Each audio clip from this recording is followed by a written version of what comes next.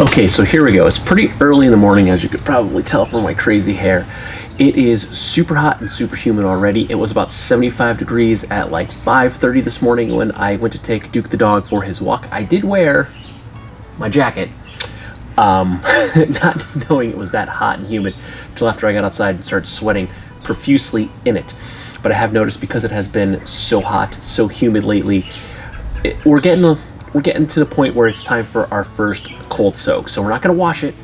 We are going to cold soak it. So let's get that ready.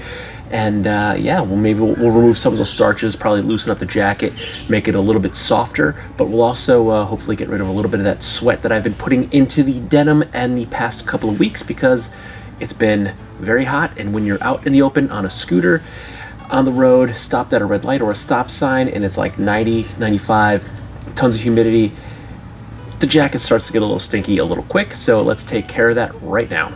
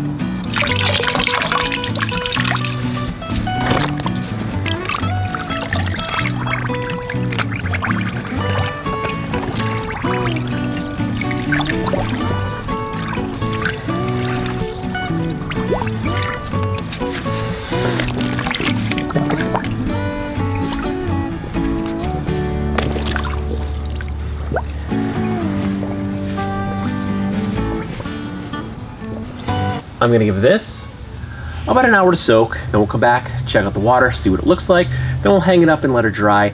I'm fairly confident that with what the temperature is going to be today, by morning this is going to be more than dry. It's going to be in the mid to high 90s today, and basically blue skies for the next several days. So it's going to be hot.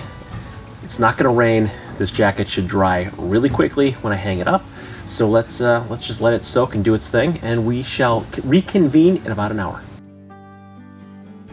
So we can certainly see some brackish water. That is all the starches and stuff in the material coming out. And when we get closer, you can see the yellow in the water. And again, this is just the starches that came out. That's what's put in the material to help them lay flatter when they're being cut and sewn, and to make them look nice and neat when they're displayed for sale. Now let's take these weights off. And I'm sure once we pick up the jacket, the water is going to get a lot more brackish when all the water runs out from the inside. And there it is. That's all the starch and stuff coming out right there. Maybe agitate it a little bit more.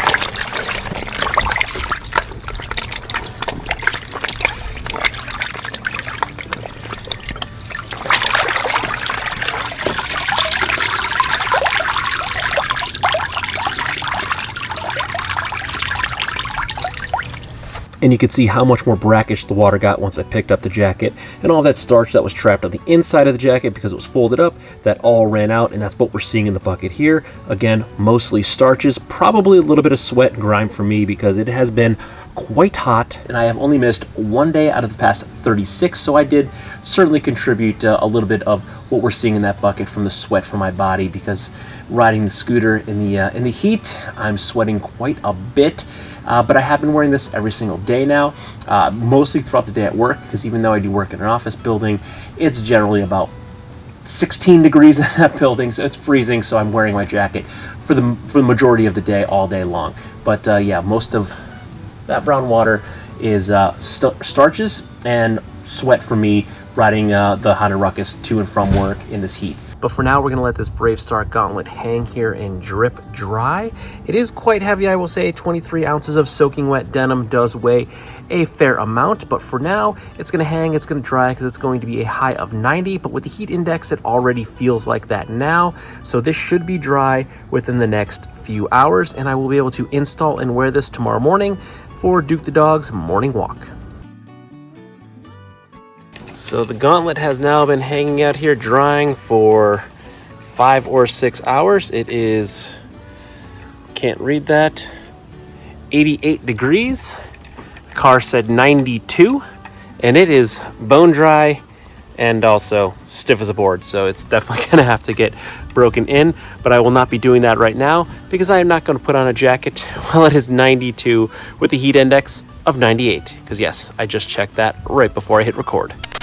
So here we are 2 days post cold soak on my jacket, and I can definitely say it smells considerably better than it did prior to soaking. But the jacket is still quite stiff, so this is going to take several days of wear to get it broken back in. I did consider tossing this in the dryer with a few towels inside out with no heat, just to tumble it around and loosen it back up like I did with my Bravestar Uppercut jeans after their first cold soak, but I thought that that may be considered a bit of cheating with the fading going on because this is a Redline Rally competition jacket, so I opted to just suck it up and wear a very stiff denim jacket in the heat to break it in all over again. But the first thing I noticed the next morning when I put the jacket on for Duke the dog's morning walk was that the jacket was softer, yet much stiffer. It's a weird thing to explain. The material to the touch felt softer because I removed all of those starches and a little bit of sweat that I had put into it, but it was stiff because it is heavyweight denim after all. That was soaked and hung in the sun to dry, so it was just stiff as a board.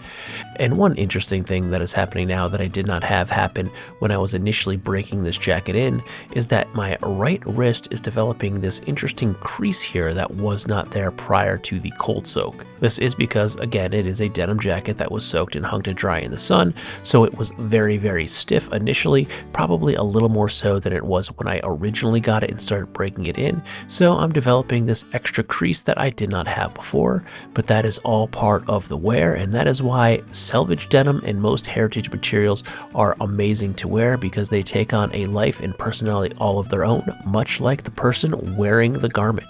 So with that, I bid you adieu, and I shall see you for more Redline Rally updates in addition to any of my regular video reviews. Good night.